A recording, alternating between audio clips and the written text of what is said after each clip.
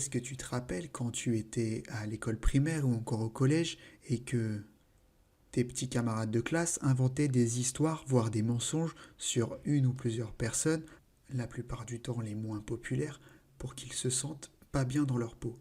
Eh bien, c'est un peu ce qu'on retrouve avec le FUD dans les crypto-monnaies. Et c'est ce qu'on va voir aujourd'hui dans cette nouvelle vidéo. Bienvenue sur la chaîne Millionnaire Evolution. Ici, on parle de crypto-monnaies et de développement personnel en utilisant des analogies, des histoires et des exemples pour que des personnes comme toi et moi puissent facilement comprendre ce monde merveilleux des crypto-monnaies. Allez, c'est parti, let's go! Tu as certainement déjà entendu parler du terme FUD en anglais.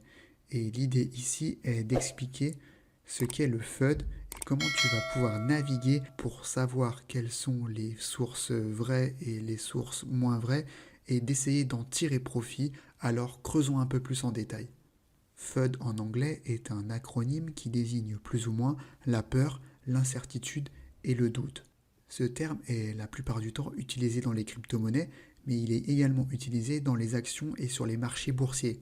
Il permet entre autres de manipuler émotionnellement les gens ou les investisseurs de manière générale pour qu'ils vendent leurs avoirs en crypto-monnaie ou en actions.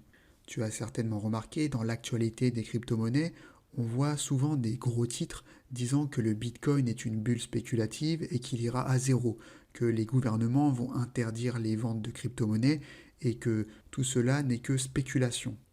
Ces titres qui attirent l'attention sont appelés plus communément du FUD et ils contiennent pour la plupart d'entre eux une part de vérité, ce qui permet en d'autres termes de attirer l'attention et de inciter le lecteur à visualiser le pire scénario. Prenons par exemple un gros titre que j'ai vu il y a quelque temps. Il était mentionné que le Royaume-Uni allait interdire l'échange de crypto-actifs sur Binance. Et comme par hasard, à ce même moment, le marché était en train de chuter drastiquement et il y avait des ventes en rafale, ce qui a incité davantage le marché à prendre en considération cette news et à vendre d'autant plus. Pour ma part, et sache que c'est un conseil bienveillant que je te donne, il est toujours important d'avoir un horizon d'investissement long terme dans les crypto-monnaies ou dans les marchés financiers de manière générale si tu veux être gagnant. Du coup, je ne me focalise aucunement sur les news qui peuvent apparaître sur certaines cryptos et que je crois. Et que si je me positionne sur certaines d'entre elles, c'est que je crois profondément au projet et à son innovation. Les titres de presse sont de bonnes sources d'informations. Les rédacteurs sont la plupart du temps incités à créer des titres accrocheurs. Pour tout type de médias, on le sait tous, les gros titres qui ont tendance à être plutôt émotionnels obtiennent plus de clics que ceux qui sont plutôt plus ennuyeux. Maintenant, si on rentre un peu plus dans le détail, comment croire à telle ou telle info et à quoi se raccrocher afin de trouver la meilleure réponse pour investir dans les meilleures conditions? La première réponse que je peux te donner est de réaliser ses propres recherches. Aujourd'hui, un réseau social regroupe tout un tas d'informations très pertinentes et il s'appelle Reddit. Il permet d'avoir un ensemble de contributeurs et ainsi ne pas disposer que d'une seule source de données. La plupart du temps, ce que j'aime faire, c'est de regarder la presse mainstream vis-à-vis des crypto-monnaies qu'on peut retrouver typiquement sur Google News avec tout un ensemble de journaux spécialisés comme Journal du Coin ou encore Cryptost, et ensuite de retaper ces mots-clés dans Reddit afin de trouver d'autres sources de données et pouvoir comparer si la donnée est réellement véridique. Lorsque ces mêmes sources de médias parlent d'un nouveau projet technique en crypto-monnaie par exemple, eh bien je compare toujours l'information au Telegram ou au Twitter du projet en question afin de m'assurer que l'information est bien vraie. L'autre conseil que je peux te donner en termes d'investissement est de savoir contrôler ses émotions et sa psychologie. Ce que je recommande de faire parfois avant d'investir est d'écrire sur une feuille de papier ses peurs et ses craintes vis-à-vis de l'investissement. Qu'est-ce que je ferais dans le cas où je perds 500, 1000, 10 000 euros? Comment je réagirais vis-à-vis de cette situation? A contrario, qu'est-ce que je ferais si je gagne 5, 10 000 euros et comment je les utiliserais pour gagner davantage? Ce principe te paraît certainement idiot, mais sache que si tu n'as jamais investi, tu ne peux pas ressentir l'émotion que cela te procure, à la fois à la perte ou au gain d'une certaine somme d'argent. Le fait de prévoir ce type de situation avant même de les avoir vécues te permet de préparer à l'avance un plan d'action et ainsi réagir correctement vis-à-vis de ces nouvelles situations. Ici, j'ai fait un peu de développement personnel vis-à-vis d'un horizon d'investissement moyen-long terme. Maintenant, qu'en est-il de la spéculation vis-à-vis du FUD? Eh bien, tout simplement, ceci peut être une opportunité d'investissement court terme sur des situations qui se créent lors d'annonces de news qui peuvent être du FUD.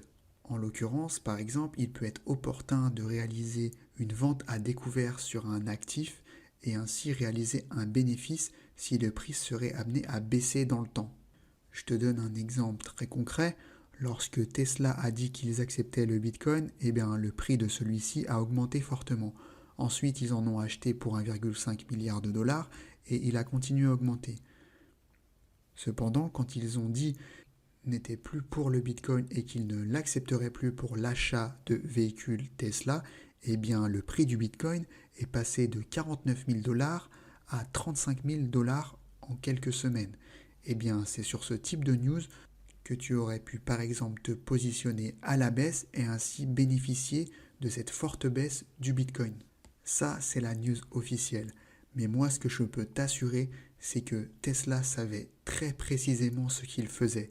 C'est-à-dire qu'ils ont acheté pour 1,5 milliard de Bitcoin avec l'idée déjà programmée de faire une énorme news de FUD, c'est-à-dire de communiquer plus tard qu'ils n'accepteraient plus le Bitcoin et ainsi réaliser une énorme plus-value en shortant celui-ci.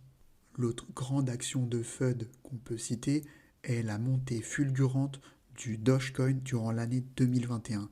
C'est lorsque la plupart du temps qu'Elon Musk a incité ses plus grands fans à acheter du Dogecoin via ses réseaux sociaux que celui-ci a eu une montée fulgurante. Dans ce cas, on parle plutôt de FOMO ou Fear of Missing Out plutôt que de FUD, et comme son nom l'indique, c'est le fait d'avoir la peur de manquer une opportunité qui crée cette volonté d'achat, et c'est à ce moment précis que tout le monde veut acheter la crypto-monnaie et ce qui provoque sa montée fulgurante. Ce que j'explique ici, et tu l'as compris, ce sont des actions plutôt spéculatives et court terme que l'on peut prendre sur le Bitcoin. Quand je disais que le Bitcoin a chuté de 45 à 39 000, eh bien, d'une autre manière, lorsqu'il a chuté à 39 000, c'était une énorme opportunité pour les personnes de l'époque qui croyaient dans le Bitcoin d'investir à ce moment et ainsi de se créer un stack de Bitcoin à long terme.